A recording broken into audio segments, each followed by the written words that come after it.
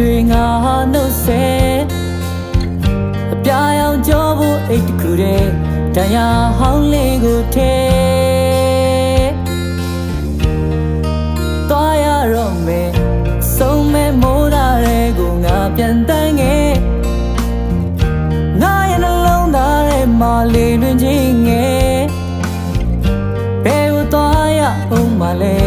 ဘယ်မှာဆုံးသက်မလဲ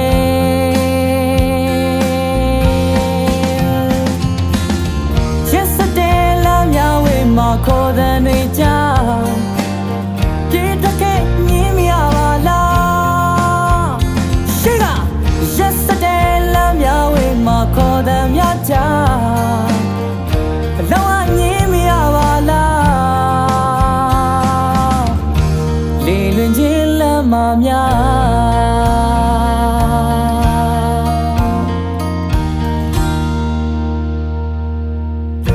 မင်းရဲ့အနံလေးများကိုငါနှုတ်ဆက်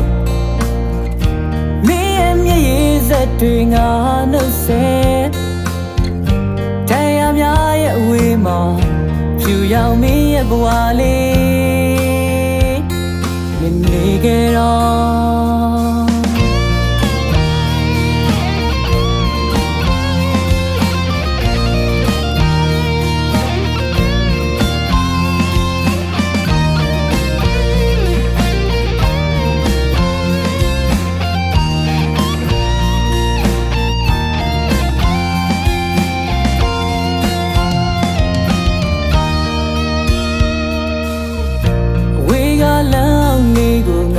နှုတ်ဆက်အမေရဲ့မျက်ရည်စက်တွေငါနှုတ်ဆက်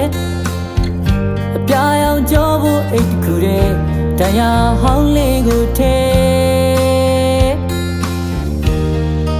သွားရတော့မယ်ဆုံးမဲ့မိုးသားတွေကိုငါပြန်တန်းခဲ့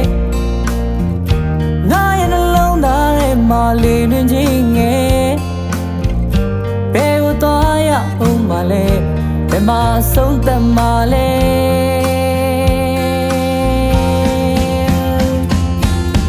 yesterday လမ်းမြဝေးမှာခေါ်တဲ့တွေကြားပြေးတက်ခဲ့မြင်မရပါလားရှိက yesterday လမ်းမြဝေးမှာခေါ်တဲ့မြကြားအလုံးအမြင်မရပါလား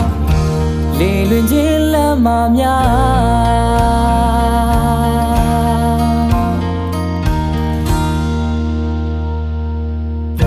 ငါတို့ထွေးသိပ်ဖို့အိမ်ရဲ့ရှိအောင်မလားငါတို့မြတ်တာတရားတွေရှိအောင်မလားဒါဆုံးသက်ခြင်းတစ်ခုလားဒါစပြူခြင်းတစ်ခုလားလေလွင်ခြင်းလမ်းမှာလေလွင်ခြင်းလမ်းမှာ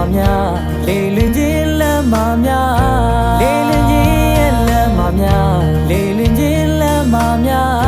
လေလွင်ခြင်းလမ်းမှာလေလွင်ခြင်းလမ်းမှာလေလွင်ခြင်းလမ်းမှာလေလွင်ခြင်းလမ်းမှာလေလွင်ခြင်းလမ်းမှာလေလွင်ခြင်းလမ်းမှာလေလွင်ခြင်းလမ်းမှာလေလွင်ခြင်းလမ်းမှာလေလွင်ခြင်းလမ်းမှာဟေးအခုကဘာလို့လဲအခုကသူ့ကို surprise လာတိုက်တယ်သူကအခုဒီလုံးကအဲ့လိုလမ်းနေမှာရှောက်သွားပြီဆိုတာနဲ့အခုလိုမျိုး official ဆိုရတာနဲ့ကြတော့ကိုအောင်ကူဘယ်လိုခံစားရလဲဟုတ်ကဲ့ခံစားချက်ကတော့ကျွန်တော်အခုအရင်တော့ဆိုတဲ့ပုံစံကတော့ကျွန်တော်ဒီအမှန်တိုင်းပြောမယ်ဆိုလို့ရှိရင်ကျွန်တော်သင်ငင်ရပါတယ်ဒီလူတိုင်းကိုလည်းဟိုမျက်နှာငယ်ဆိုပြီးဆက်ဆံနေရတဲ့ဒီအနေထားနဲ့ကျွန်တော်ဆိုခဲ့ရတာပါခင်ဗျအခုလိုပုံစံမျိုးမှာကျွန်တော်ကိုဒီမှာကျွန်တော်ဆိုခွင့်ရတဲ့အပြင်ကမှဒီကိုကကျွန်တော်တို့ရှင်းလေးပုတ်ဝယ်ပြလိုက်တယ်ဆိုတဲ့အခါမှာကျွန်တော်လုံးဝကျွန်တော်တို့မျှော်လင့်ထားတဲ့ကိစ္စရလေးတခုဖြစ်ပြီးတော့မှဒီကျွန်တော်တို့ဒီလမ်းကြောင်းတနေရာကိုရဖို့အတွက်ကျွန်တော်ဒီလမ်းစာလေးတခုတွေ့သလိုပါပဲလို့ကျွန်တော်ခံစားရပါတယ်ဟုတ်ကဲ့